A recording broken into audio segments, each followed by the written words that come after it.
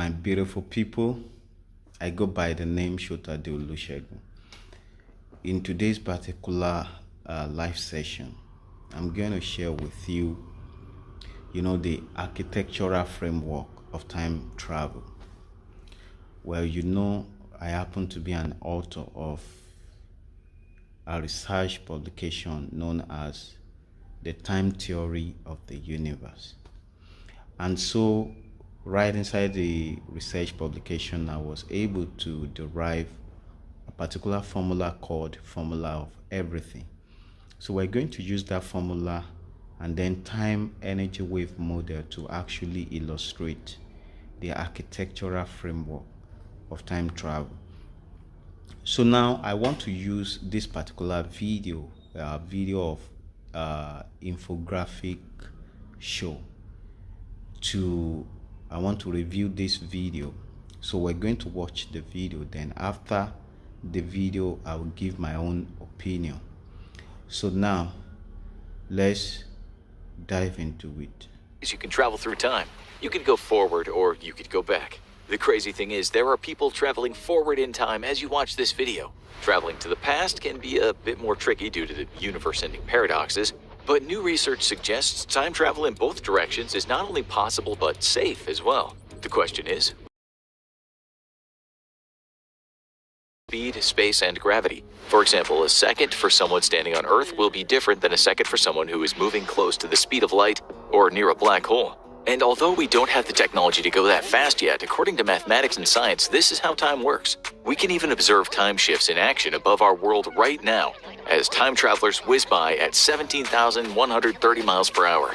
Where are these intrepid explorers of time, you might ask? On the International Space Station. That's right, flying above your head right now is the crew of the ISS, and they are technically traveling both through time and space.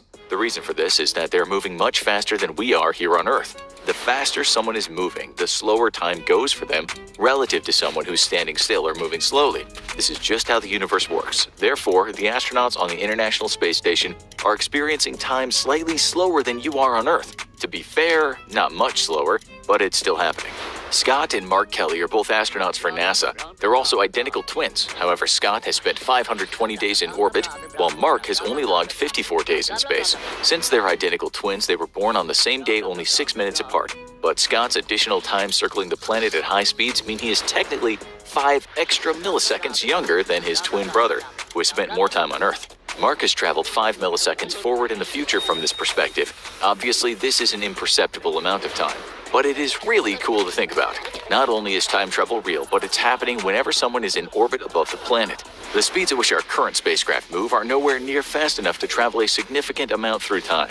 But this may not always be the case. If you were an astronaut on the first ever spacecraft to travel 99.9999% the speed of light, you would time travel into the future in a significant way. At this speed, every speed spaceship. This means that if you travel just under the speed of light for 1 day, you would have been speeding along for 86,400 seconds. When you return to Earth and stop moving, you will have aged only 1 day, but on Earth, 72,000 days will have gone by. In simpler terms, you would have actually traveled about 197 years into the future. This form of time travel is theoretically possible once the technology exists. However, until then, the primary source of human time travelers will be anyone who orbits the planet at high speeds. Traveling forward in time is the easy part. It's traveling backward that leads to some problems. That being said, you are actually somewhat of a time traveler yourself every time you look at the night sky. Since everything in space is really far away, it takes a long time for the light from stars to reach us here on Earth. That means when you look at stars, you're actually looking back in time at how the star looked hundreds, thousands, or even millions of years in the past. For example, the North Star, also called Polaris, is located in the handle of the Little Dipper or Ursa Minor constellation. Polaris is approximately 323 light years away from where you are standing when you go stargazing. Whenever you see Polaris, you're actually looking 323 years into its past. If Polaris exploded right now, it would not disappear from our night sky for another 323 years. And if you want to time travel a little closer to home, all you need to do is look at the moon.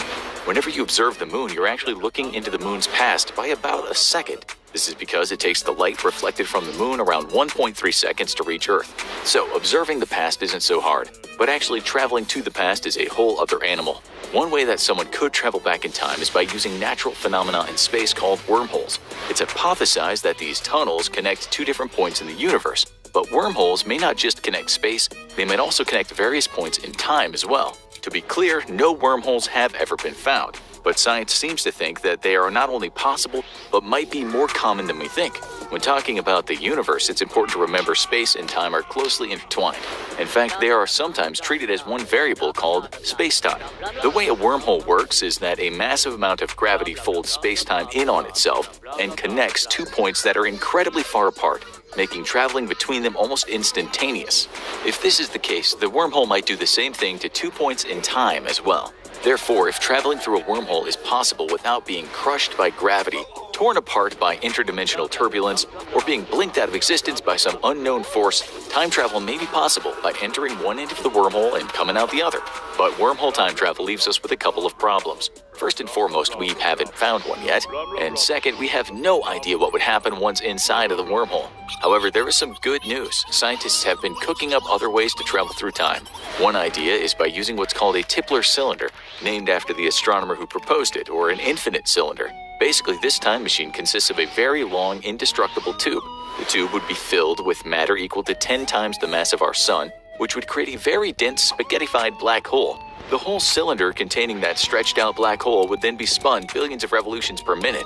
The rotation of the elongated black hole would cause space-time to distort in a way that would allow a ship traveling on a precise trajectory through its ripples to travel back in time and end up in the past. The researchers who are studying this form of time travel have concluded the only way the device would work is if the cylinder was infinitely long or made out of some unknown material that would contain the black hole and allow it for somehow to curve back in on itself. So, we're a long way from making the infinite cylinder a reality.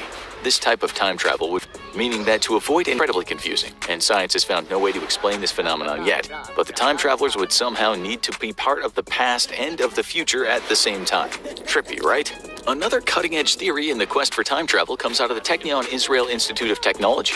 It's here that theoretical physicist Amos Ori came up with the idea of making a time machine out of space itself. His vision consists of creating an area in space that's wrapped in on itself like a donut. This would create a donut-shaped vacuum where timelines would collapse in on one another by using gravitational waves to manipulate space-time. Therefore, a time traveler could enter the timeline at one spot and exit at some point in the past.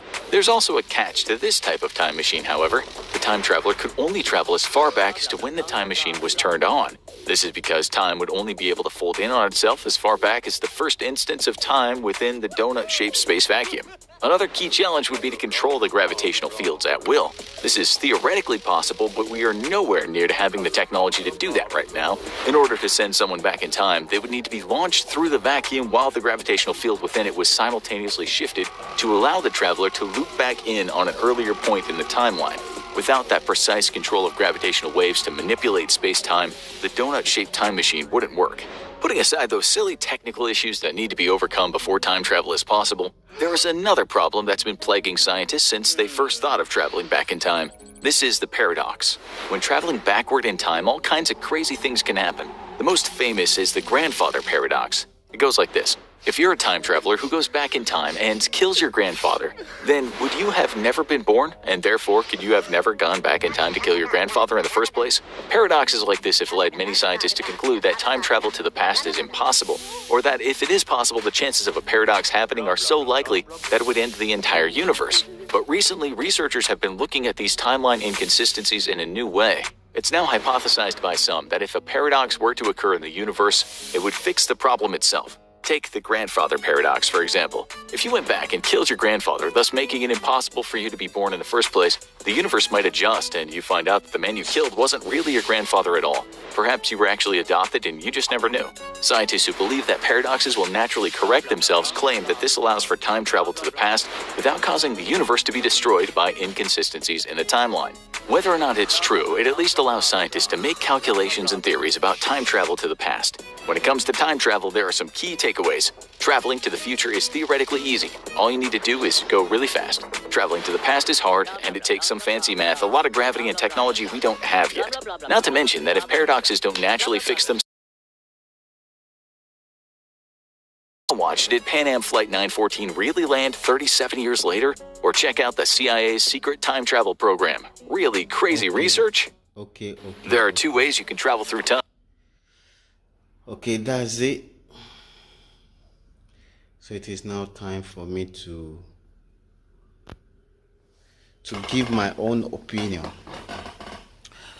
So now, the concept of time travel is, it has been in existence for a while, and then we, usually travel forward in time. So now, by that video that we watch, if you travel fast enough, you travel into the future. And so what we realize is that when you travel so fast, relative to any other of your family member on earth, then you know that the family member on earth will, age older than you understand, who has actually traveled. So by that factor of, speed difference, then there will be this difference in a biological clock reading. So fine, good. But then the backwards travel in time, why is it that it is not possible? It is not possible because we will need to, we will need to be able to control, warp space such as to have back in time. So now, but when you look at the quantum level, particles can actually travel forward in time and then back in time.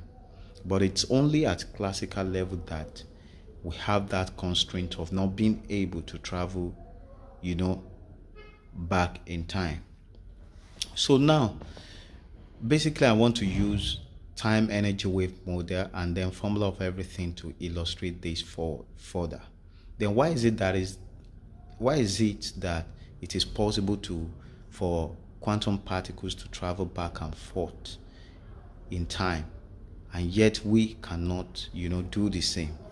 But if we look at it, quantum particles, when we're to consider, or if we're to rather consider then we see that, the cells, they do die. You understand? So you have, our cells of the body, the cells of the body, you have them being renewing themselves like that. And that is that is just to, support the classical living style, or the classical necessities. So that's just the way I will put it. So, but now we know that traveling back in time, let me not say we know, traveling back in time might be disastrous, or it might not even be disastrous. But we can't say until we actually, reach that level where we have time travel machine that can actually allow us to either travel back in time or forward in time. So now, with no further ado, I want to use the image that I have right here to drag my points home. So now I want us to see this quite all right. So what I have here is the architecture of time travel. The architecture of time travel. So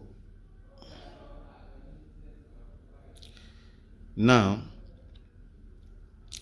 this architecture of time travel, if we look at what we have right here, we, have the future phase to be flip-looped. We have it to be flip-looped into the past.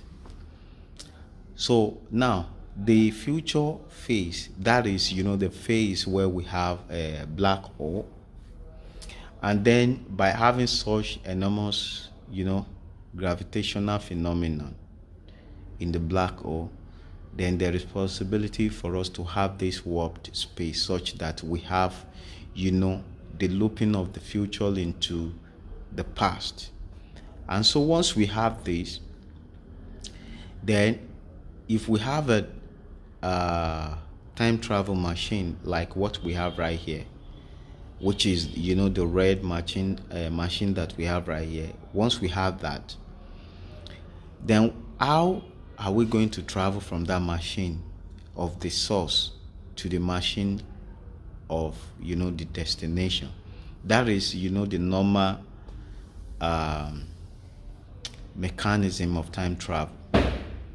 But I have said it in one of my time travel videos that there is possibility for us to actually travel without even moving an inch, because the present phase is the combination of the future and the past, vertical form. So by having it in vertical form, that simply means that it's going to be instant because we are actually traveling in time. But basically, if we have a particular device or machine that can actually read, probably maybe the infrared light that every human, for us to have, to have the record, to have that motion picture of what we have experienced in the past, what we are currently experiencing, and what we are to experience in the future. So there are two ways to actually engage time travel. You see that we have device or machine that can actually read that infrared light that we emit at present phase. So if we have such a device that can actually, read that information and interpret it correctly, then we can actually travel even without moving an inch. So now the problem is that we don't know if such travel will be, or if such travel will allow us to travel back in time. You understand? But we know that feasibility of traveling into the future is more sure than that of moving back in time. Then another way to travel is actually to move from one source machine, time travel machine, to another destination time travel machine.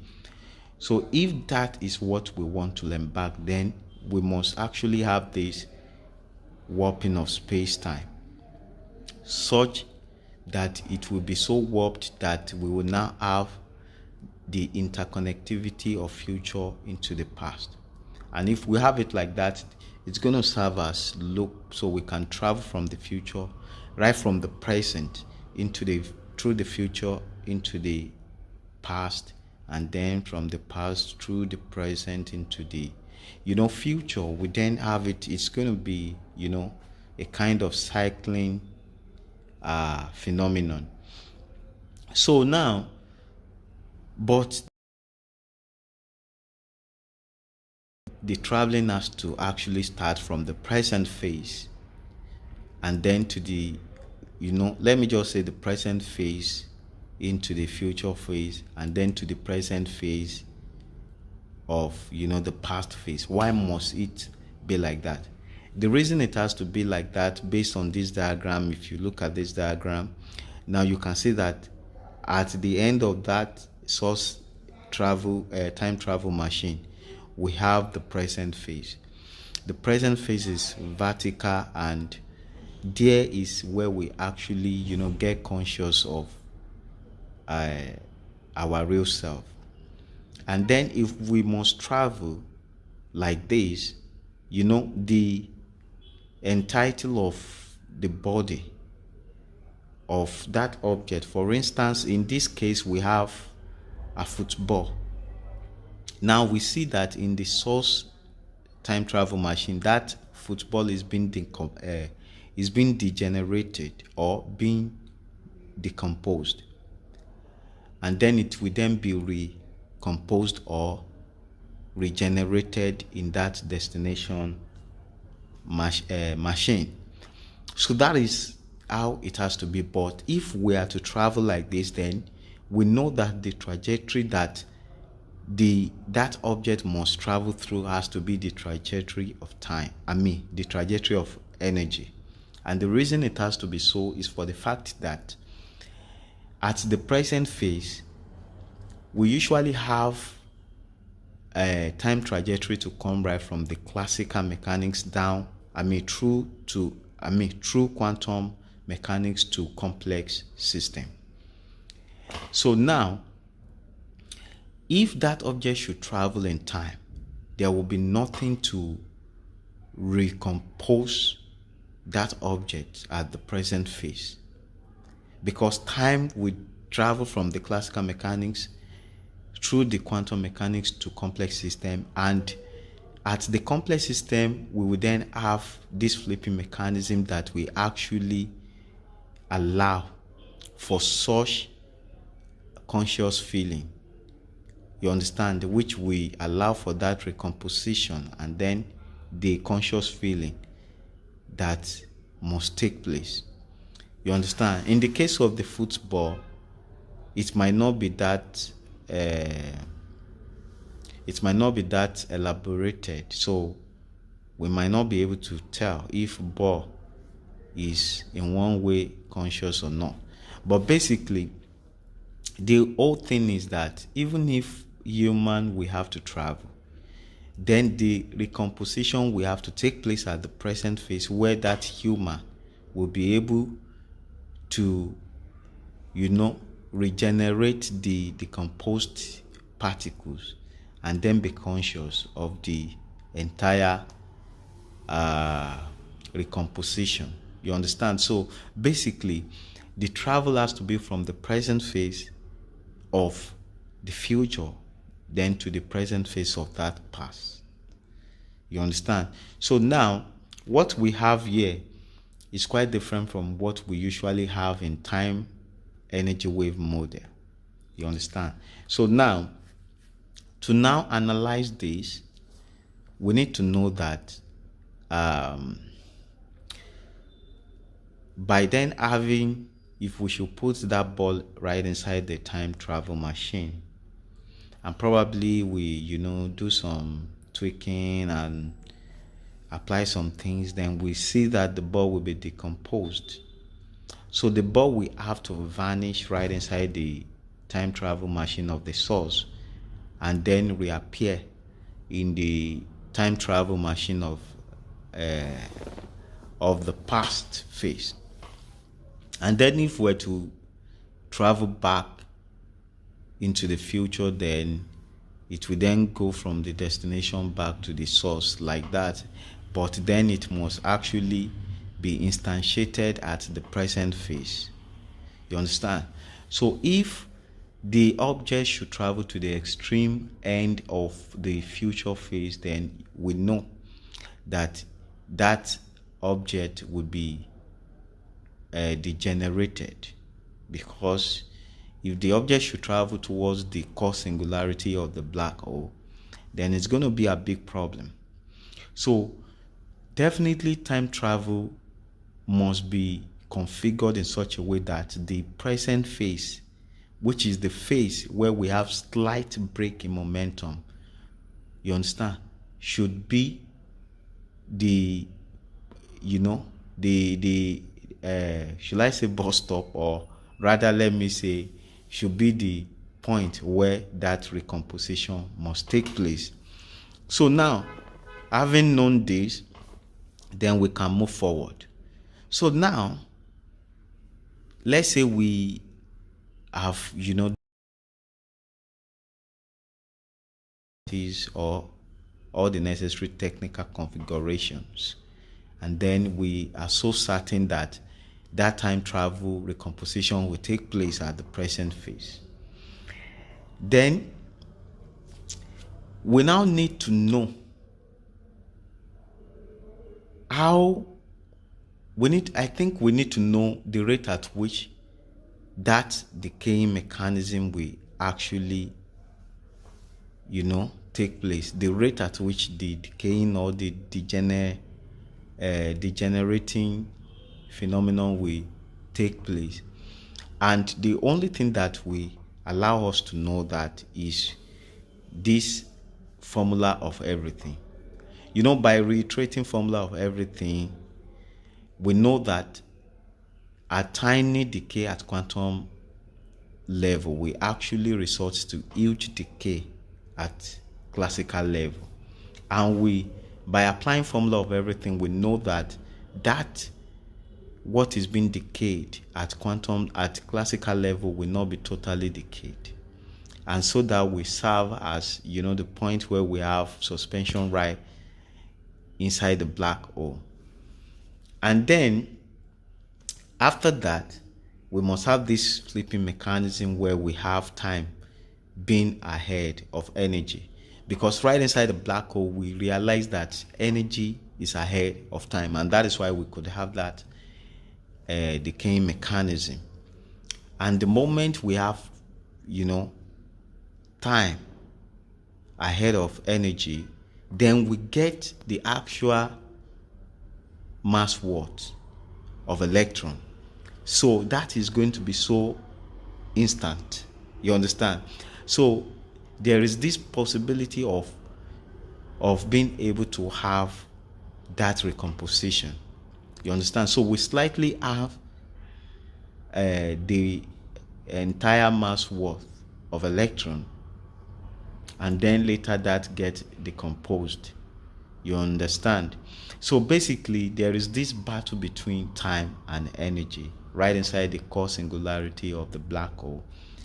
And as a result of that, we have this swing forth and back, which is, synonymous to that of, the signal of quasar. You understand? So now, another thing we need to know is that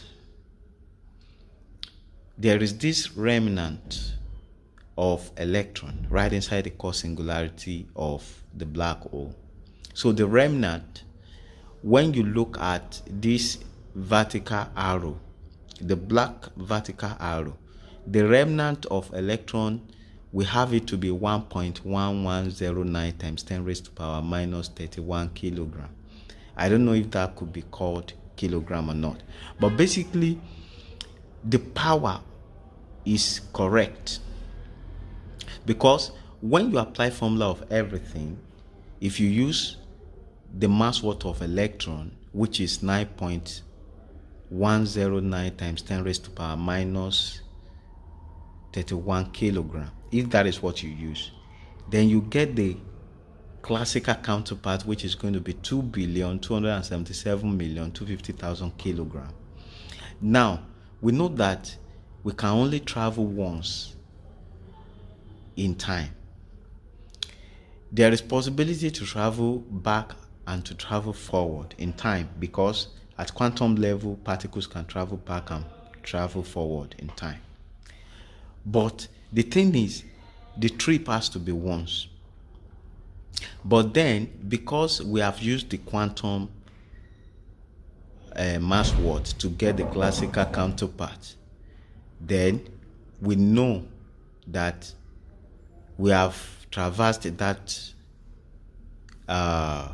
quantum to classical one time. By doing so, if we knew, the classical mass worth, and that if that is what we used, then that would get us the real quantum mass worth, which is, the electron. It's going to be the exact electron's value. But because we do not have the knowledge of what classical counterpart of electron is, so then we will not be able to reconfirm the electron's mass worth. So if we were to substitute this classical mass worth in that formula of everything, what we will get will be smaller than the mass worth of electron. So it will now be 9.109 times 10 raised to power minus 32, which is smaller to that of, power minus 31. Okay, so what that is telling us is that the trajectory has shifted into the black hole. So we do not have that vertical line from that classical mechanics straight down to the quantum mechanics again. You understand? So now we need to understand this, and that will actually help us in this time travel journey. You understand? So now that we know that, we now know that by having the power to be minus 32, then that shows that the quantum mass what has been decayed by minus 1. So if we should put that value in the formula of everything, then we discover that that will decay the classical mass what almost about 2 billion. You understand? And the remnant will then serve as the suspension point right towards the singularity, or right toward the core singularity of the black hole.